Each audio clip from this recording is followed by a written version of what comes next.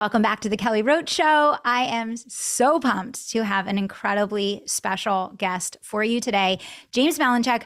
He has been all over the world. He is the guy behind the curtain that has coached, consulted, trained, and taught some of the biggest names in the world. He was one of the guys that was featured on The Secret Millionaire, viewed by over 50 million people. He has done unbelievable charity work for years, giving away tens of thousands, even raised $1 million for charity in his work over the years, been speaking, been in the media for, is it decades, James? I don't want to date you. Oh my gosh, yes. At least Yes, two, at least two. at least 2 decades. Okay, so over 3,000 presentations for people ranging from 20 up to 30,000. Okay, 24 books, over 15,000 media appearances.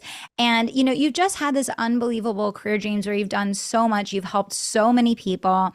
You've worked with all the biggest names in the world from the standpoint of coaching and consulting and speaker training and coaching. And I'm just thrilled to have you here today. So thanks for making time for us. Oh my gosh, thank you for having me. I'm such a big fan of yours. I love everything you put in social media. I like it all the time because Oh, you say the real stuff that people need to hear. thank you. Yeah. And that's why I'm excited to have you on the show today. You know, you've built this unbelievable career and business, but you also, I think, from my perspective, I love your social media as well. I follow your journey, and I feel like you're in a season of life where you've really learned to enjoy the success that you've created. And I think that in our culture today, we've kind of lost a little bit of the balance of understanding the building process and the excitement and the investment and sacrifice of growth, but also finding a balance of remembering the why behind building a life and enjoying that success. And I think that you've really exemplified, you've never stopped. You're always building, you're always doing great things. You always have something going on. I see you speaking and teaching and coaching, but I also see that you've gotten to a place in your life where you're like living. And I love that so much. And I want people to hear more about that. So I think what would be great, James, is if you could share a little bit of your journey as an entrepreneur, because I think that so many people are going through seasons of change, seasons of highs and lows and all of those things. And I know you've been through it all. So maybe you can tell a little bit about that journey for you. First, thanks for having me. It's a true blessing. You know, I believe God blesses us so we can bless other people through what we say. Yeah. And anytime I get to share something with especially new folks like you're awesome folks, Yeah, don't take it for granted. I'm grateful and thankful. So thank you for having me, first of all. for sure. I grew up in a very tiny steel mill town outside of Pittsburgh, Pennsylvania, really tiny town called Menneson, about 6,000 awesome folks. And we didn't have much growing up. Dad worked in the steel mill as a railroad conductor, and mom was a lunch mother, serving lunches to us kids at school. Yeah. And so it wasn't like we came from anything, just hardworking, good salt of the earth kind of family. I always like to say that because people see you in social media and awesome things you're doing and maybe some of the cool things that I've been blessed to do. And they think like, oh, wow, we were just born with it. Right. Yeah. And they don't understand that, there's a struggle behind the Yeah. success and the significance. Right. Yeah. So I didn't come from anything. I didn't, start with a golden spoon in my mouth, so to speak. But the thing that changed my life was when I got a call one day from my dad. I was I used to be a stockbroker. Mm-hmm. I actually used to work in the commodity exchange in the Okay. silver and gold pit. So, you know, Okay. Yeah. put the throttle down, hard driving, never sleep kind of thing. Yeah. And one day I got a call from my dad and he said my sister Vicky had collapsed and she was in the hospital with the right side of her body paralyzed. And this was really shocking for me because I was with her 2 weeks before this happened and she was perfectly fine.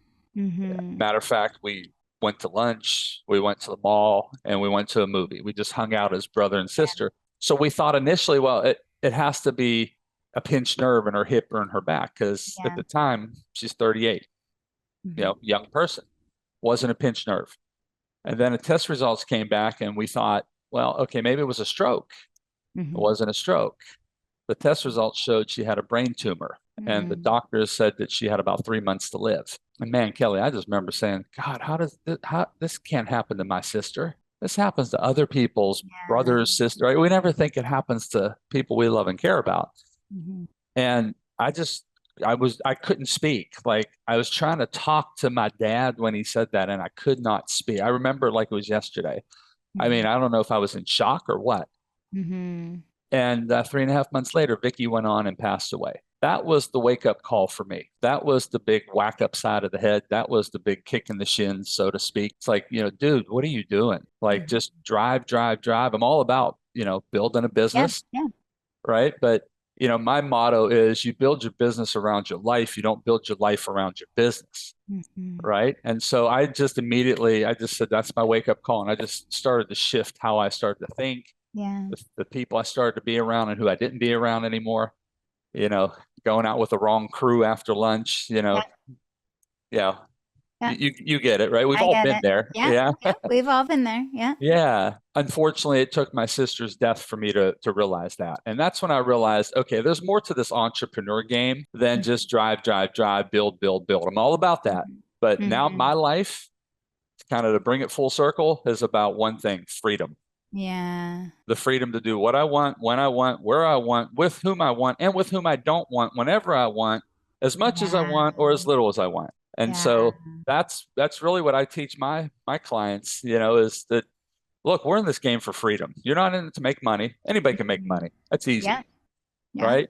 But we're in this So for true. freedom so that you can live Yeah. your life how you want to do it. And I truly believe that was the main driving force for my longevity in this wonderful game. I love that you said that because I do think that so many people build things that are either not sustainable or that they don't actually enjoy running or that they don't really want to keep doing. And it does make it really hard to keep going. And I always say businesses don't go out of business because you can't figure out how to make a dollar. Because if you made a sale once, you can figure out how to make money. Yeah. Businesses go out of business when the leader loses the will, the desire, the drive to keep going. Right. Yeah. And so I love that you brought it back to freedom. So when you think about some of the most important decisions that you made that allowed you to put freedom at the forefront so that you could have longevity in your career, what were some of the most important decisions that you made or that you recommend that your students make? Either side. That is such a great question, and I'm so glad you asked that. Yeah. So I tell this to my folks all the time, especially new folks. They look at me like, "Huh?" And I tell them this, and they just can't comprehend it. I said, "Look, I run a multi-million-dollar a year business by a question, by Mm-hmm. one question." And they're like, "What?" So I run it by one question, and Mm-hmm. here's the question: if you believe that we are in business as entrepreneurs for freedom, right? And let me tell you, a lot of people like this. I have a friend who makes $500,000 a year, stock options, company Mm-hmm. car, expense account. She's a big pharmaceutical rep, Mm-hmm. um, medical, dental, vision. Yeah. So she makes a lot of money, but she can't take off at 1 o'clock on Friday and go have lunch with me because she I has no know. freedom, I right? know. I know it. Yep. Right? I know We've all been, people the I've been same. there, Yep. you've been there, Hmm. right? For sure. For sure. So if we buy the concept that we're not in business as an entrepreneur to make money, yes, money is part of it, but we're really in for freedom, right? Then you should run your business by one question. And here's the question: is what I'm doing or what I'm thinking of doing or the person I'm thinking of hiring or the team I'm thinking of bringing on to help scale my business, whatever you're thinking of doing, will this person or this thing be contributing to my freedom or contaminating my freedom? So good. Simple So question. good. And It's if so good. that's my litmus test. Yeah. If it does not pass that test, why am I entertaining the Yeah. idea? Yeah. Right? Because I'm in For sure. business for freedom, right? So I think that one of the keys to my longevity has been that I've never lost focus of that. And it's amazing when you do that. Like I had run speaker trainings for years. I retired it in Yeah. 2017. Yeah. And my first one, oh my gosh, now I'm dating myself, was in 2000. Okay. Yeah. But I was doing the speaker trainings and I stopped because they were starting to contaminate my life. Mm-hmm. I Mm-hmm. was Yeah. starting, you get it? I get it. Yep. I was starting to dread it, which is a Mm-hmm. bad place to be from a soul perspective and Yep. a spirit perspective when you're trying to impact people's lives. Yes. I noticed I was just going through the motions. Yeah. I noticed day one in the morning, I'm on stage and I'm thinking about, other stuff. And I'm like, that's a bad Mhm. place to be, James. Yeah. Bad place to be. Well, what I realized is it wasn't the teaching and the serving. I love that. It was all the other stuff that went involved with an event, and it was starting to Mhm. contaminate me. So Mhm. I had to live by my rule. Is it contributing or contaminating to my freedom? Yeah. And then I was doing 4-day trainings and I was teaching like 12 hours a day, and it would take me 8 to 10 days after to recuperate. Oh, for sure. It's so much. Oh my gosh. Yes. I'm like, I'm losing a week of my life. Like, so I had Yeah. to really do some self-reflection. And so that's Mhm. that's my first golden rule. I'll have folks that want to work with us in an affiliate role, and I will say something like this to a person. And hey, I like you.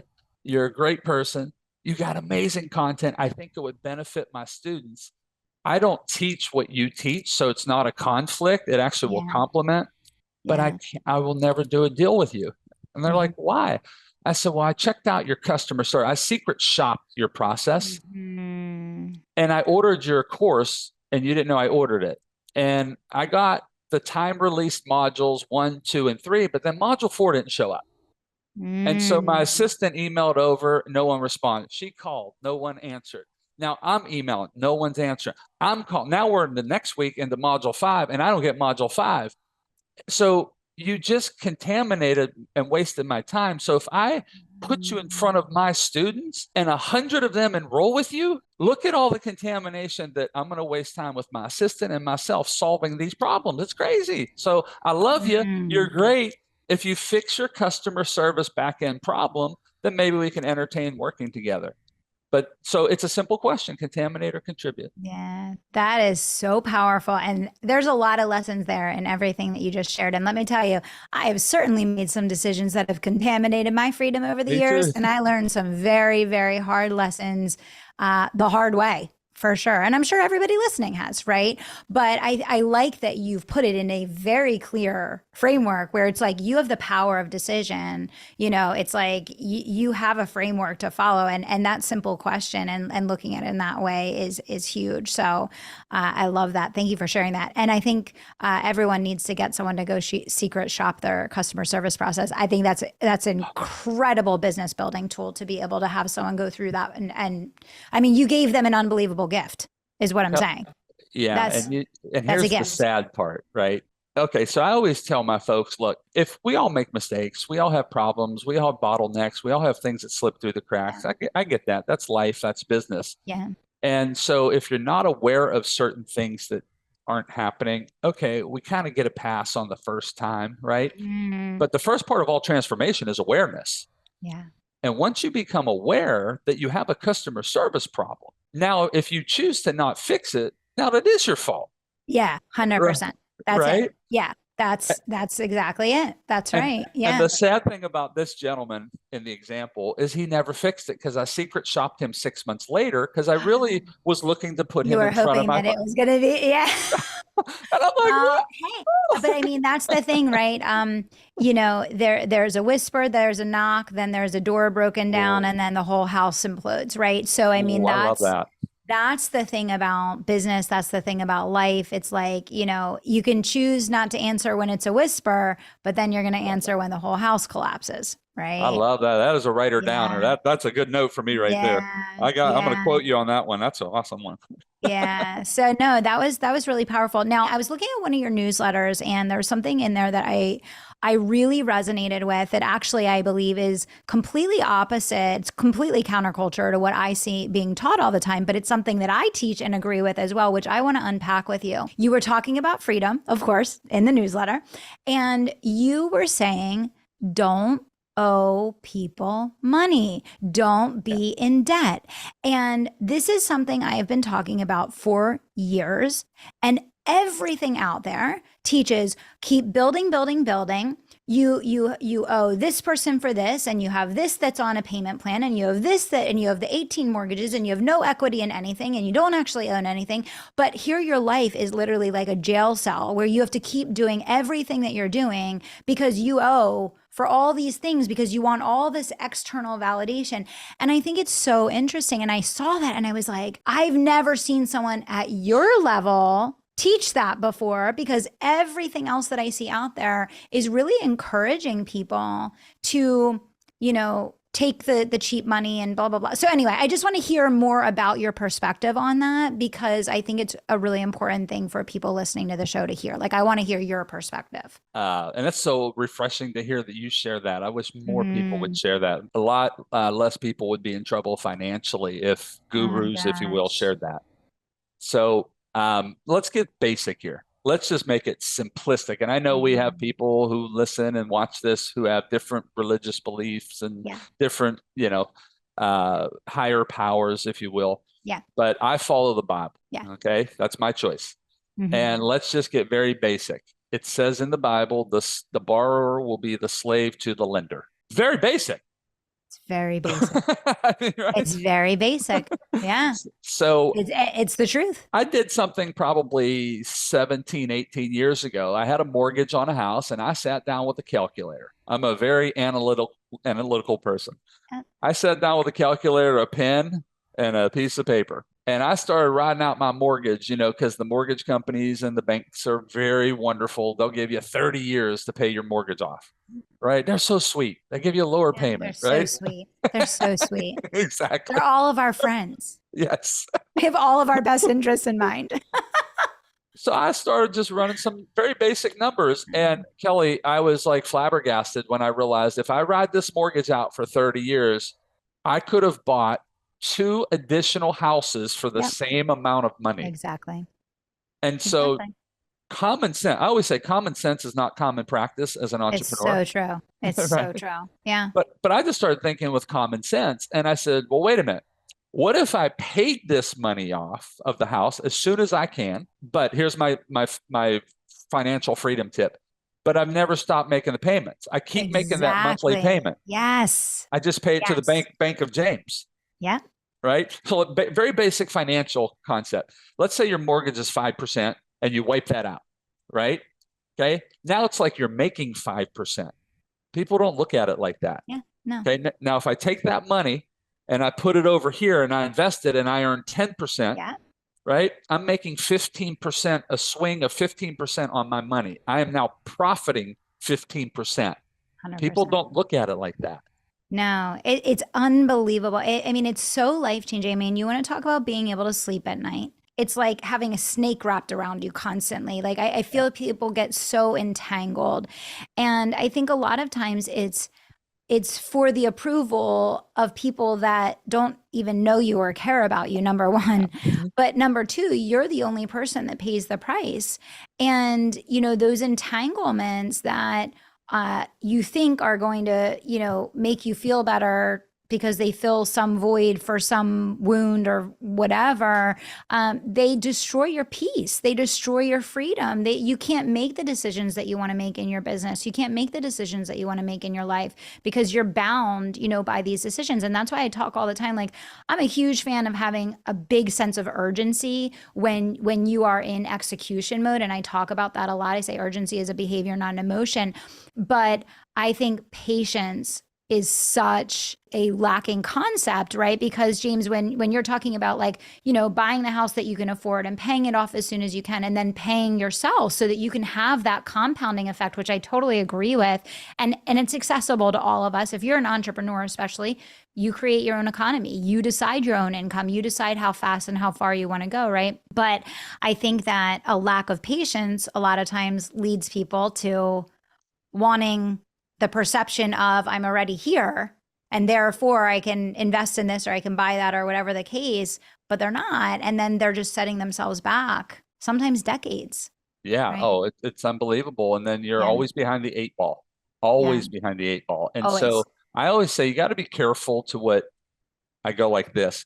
Gurus out there tell you to do. I know. Like that's why I'm always arm's distance away from a lot of the gurus, if you think, Yeah. because I just don't agree with what they're saying. But because they have a bigger platform, or maybe they have more likes, or they have more followers, we perceive Yeah. that they know what they're talking about. I'm not I know. saying that's not a strategy.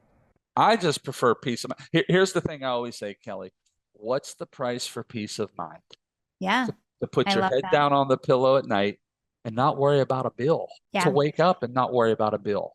Yeah, I'm so with you, and I've chosen a very similar path, and I've actually talked about this. I've chosen not to go to a lot of the big events. I've chosen not to partner or try to be in the circles. I've chosen not to because I don't want to owe favors. I don't want to be in that game. Yeah.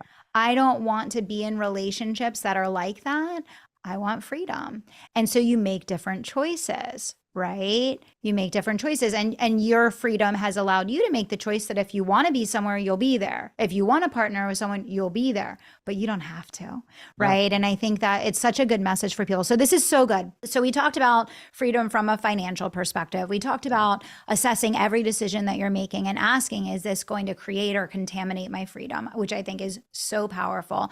What are some of the other things? I mean, you've built massive organizations. You run a fairly large, corporation.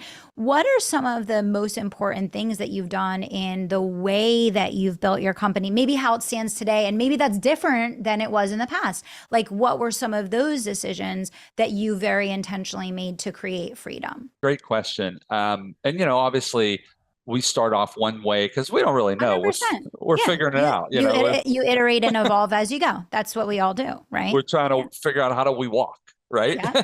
100%. So if you understand that freedom is what we're striving for, well, then the most valuable commodity that you have on this earth next to air and breathing is your time, Mm-hmm. right? It's time. Yeah. So I always say, and I learned this when my sister Vicky passed away, because unfortunately she has no more time on this earth. Mm-hmm.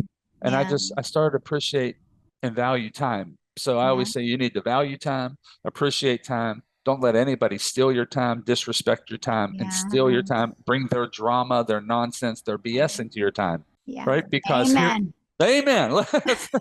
Well, but here's why I try to get this across. I always teach this. The first thing I always teach in all my trainings is how to manage your freedom and your time, because all the marketing strategies, none of that matters unless it's aligned with creating Yes. freedom, I couldn't agree more. right? Yeah. Yeah. So what I tell folks is when someone does something like that to disrespect, dishonor, bring their drama, their nonsense into your time, they're essentially stealing your life, because Mhm. every single minute, forget that, every single second that you allow, hear me, you allow Yeah. someone to do that is a minute or a second you don't get back the rest of your life. It's Yeah. gone forever. It's not a Gone do-over. forever. And Yeah. so if you start to just value and appreciate your time in that way and respect it and love it, and God gave us this, every morning I wake up, I say, thank you, God, for another day of good health, safety, and peace of life. Because you know why? Mhm. There are people all over the world that did not wake up this morning, Yes. Yep. right? I'm so grateful and blessed that my eyelids flipped open, Yeah. right? Yeah. And so when you start to wake up and be grateful like that, very first second in the morning, then you go into, well, why would I ever disrespect my time? Why would I let someone's drama come in? I have a rule in business and personal life. I don't do drama. Yeah. I The just don't have same. time for it. It's wasting my Yeah. time. And I'm Yeah. not trying to be like a hard-nosed dude or anything like that. I Yeah. just don't want to waste this Yeah. precious commodity God gave me. Yeah. So I'm I a love that. stickler for my time. Yeah. Okay. I So love that. Yeah. And I think, for this is for everyone listening, obviously, but when you're talking about honoring your time at a different level and as it correlates with freedom, that also means like honoring your priorities and your commitments and your discipline around what you're not going to do. Because there's that relationship with other people, but there's also that relationship with self. yeah, Right. And your so many times non-negotiables, like what you're your not willing to negotiate. non-negotiables. Yeah. Exactly. Exactly. So I think that's something that's a lifelong quest. Like that never ends, right? There's always an opportunity to do better at honoring our commitments to ourselves. There's always an opportunity to do better at honoring our own time. And when people see a person that does that for themselves, it also sets the bar much higher for what they're going to feel comfortable bringing into your space, Yeah. right? So I think that's a really powerful perspective as well. Can I Now, give just a couple of quick tips that might help yeah, that would be anyone great. with Yeah. their time? Like, Yeah. because let's get into some real practical things. Okay. Yeah. Now, first of all, I am a very practical, I call them ninja tip type of entrepreneur. Like, give me a ninja tip and I'll put that into my business and we'll crush it. right? Yeah. I So I love like that. to keep them really simple. So here are a couple ninja tips that we do to protect our time and that I try to share with my students. Number one, never be a firefighter. Always be Smokey the Bear. Okay. So I don't know. I don't know if I'm not going to try and date you with your age, but when Yeah. I grew up, I remember the old commercials, the Smokey the Bear commercials. Hmm. Only you can prevent forest fires, right? And so Hmm. most entrepreneurs are running around putting out fires, and that's why they're wasting their time. So Yes. what I say is, are you planning for things that could pop up? So, and by the way, just as a sidebar, we run our multi-million-dollar a year business, and I have one staff person, Hmm. one person. It's like, how can you Incredible. do that? Well, if you have systems in place, right, which you teach, and you know how to scale the right way, Yeah. right? And don't forget what a system stands for: save yourself time, energy, money, and stress, Love it. right? So we just try to systematize everything. And one of the things that helps us systematize is the are you a firefighter or are you Smokey the Bear? So we literally have every month we have a 30-minute Cindy, my assistant, who's also my sister. We Oh, have 30-minute Smokey the Bear meeting, or we literally get on and say, okay, we have a mastermind coming up in Las Vegas in February. What could potentially pop up that could cause a fire? Let's get out ahead of it right now. In case it pops up, we already got something planned for it, yeah. right? I will give you a real life example. I had Academy Award winning actor Sir Anthony Hopkins at one of my big money speaker boot camp trainings years ago. Hmm. And so we had a little meeting with my sister. We had a Smokey the Bear meeting, and we had the volunteers who were helping out, and we're going through stuff. And the topic of security came up. So, well, we need to alert the hotel about security because of Mr. Hopkins coming. And I thought for a minute, and I said, "Nah, you know what? I don't want to do that." I said, we need to get off duty LAPD, Los Angeles police officers. We were doing it in Los Angeles police officers. And they're like, oh, that's going to be too expensive. And I said, well, let's just think this through for a second. He's an A-list celebrity. He doesn't do events like this. They Hmm. have stalkers and people who really try to harm them. It's different than like, Kelly Yeah. or you or me, right? Yeah. Like, Yeah. hopefully we have no stalkers. Yeah. So if someone registers and comes to the event, we don't know who they are. And now let's play this out. I'm on stage with Mr. Hopkins, and someone rushes the stage with a knife to try to harm him. And I have to leap out of my seat, take the person down. We fall off the stage. I fall on top of them. They break their neck and shoulder. I'm getting sued. I'm getting arrested for assault, even though someone was charging with a knife. I put hands on someone. Hmm. So let's play this out. If that happens, who do I want testifying on the stand on my behalf? Paul Bart Mall Cop, the rental guy? Or would I prefer off duty, decorated Los Angeles police officers who Yeah. deemed it an imminent threat to people's lives? Right. I think I'll go with LAPD. So Yeah. this is not a cost, this is an investment Yeah. in making sure that we have freedom so that stuff never happened. I mean, could you imagine, Yeah. Kelly? Like if that happened, And it happens. I'm all over That's the CNN thing. forever. Oh my gosh. And it happens. I Yeah. mean, it more and more now. I mean, things are getting wild. But no, I mean, these are great examples. So we And just try to Smokey the Bear everything. it's so smart. I mean, I'm literally going to start doing it with my team. I love it. It's Awesome. so smart. Yeah. Give So us that like one or two more yeah. before we wrap up. These are amazing. Yeah, the other one is look at everywhere in your business where you're doing rework, and you've got to systematize that, right? Mhm. So I have a lot of folks that come to my house in Las Vegas, and we do these like small group masterminds. Mhm. And so there was literally, I've had 3,000 people over the years come to my house. I Mhm. have in February, I'll have 75 more, 25, 25, and 25. They come for Yeah. a 2-day mastermind. Yeah. And so Cindy, my sister, was driving down to the hotel, picking them up, bringing them back. Well, that's 3 or 4 car rides. Yeah. Now, if we're doing that 100 times a year, that's a lot of wasted time that I am paying my Yeah. team member to ride in a car, Yeah. right? I figured it out. It was crazy. It was like 600 hours in a year of Wow. her doing that. And I'm Yeah. thinking, I'm paying her to do it. No, no. So I said, Cindy, how do we systematize this? So we get a van company. Yeah. We find Mercedes van company. We contract with them, right? We don't do any of that now. And by the Yeah. way, just to systematize it, eliminate the rework even further, we get the same driver every time because they know the route to the house and back. Yeah. So there's never a mistake. Yeah. They know our process, our protocol. So because we look and say, where can we eliminate rework, the things we're doing again and again and again and again, and we systematize that, look how much time, energy, Yeah. money, and stress that creates, frees up for us. Yeah. No, so Very good. simple. So good. Simple, but it's always in the simple, isn't it? Anyway. Yeah. It's always in the simple stuff. And people say, oh, that's so basic. No, that's where all the money is, right? It's when you're dancing out here where you're wasting time and energy when you could be getting result right here, right? Like you took 600 hours back, right? Like that, right? So that is amazing. So I want to be respectful of your time. And this was an unbelievable conversation. And the work that you do in the world is just incredible. I see the pictures of the masterminds. Everybody's always having so much fun. But they're learning a ton. I'm very blessed. Yeah, they're learning a ton. They're having fun. And they get the elevation that comes with someone like yourself and just all the things that you've been able to do from coaching and teaching and speaking and media and business building and everything in between. So in terms of connecting with you, like where do you spend the most time now? What would you want people to do as a next step? They're like, oh my gosh, I got to connect with this guy. Where do they go to learn more? I'm very simple. I'm very accessible. I love people. I love relationships.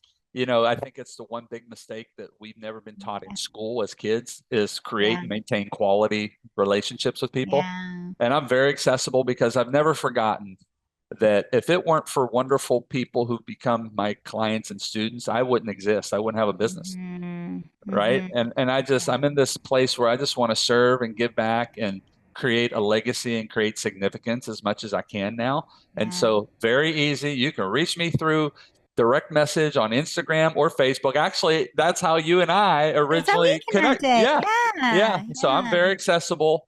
But here's the funny thing. I don't do email. Yeah. I want to, no, we do it as a company. Yeah.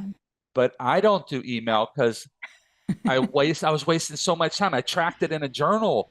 And I was like, I'm with you. So very easy. Anybody can reach me. It's just my name, James Malinchak, through Instagram, Facebook. And then my website is just simply bigmoneyspeaker.com. Love it. Thank you so much for don't being email here. me. Don't email me through the website. No emails. No emails, guys. You know this. One-liners in the DM.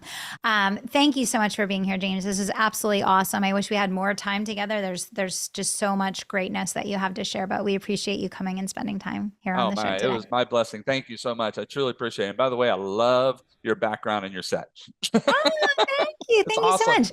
I appreciate that. Well, guys, thank you so much for tuning in for this conversation today. If it made an impact or made a difference for you, share it on Sharing is Caring, and you can make an impact in someone's day by allowing them to hear this conversation so that they can up-level their business and have even more success. Thanks for being here, James. Thanks for tuning in, guys, and we'll see you back here next week.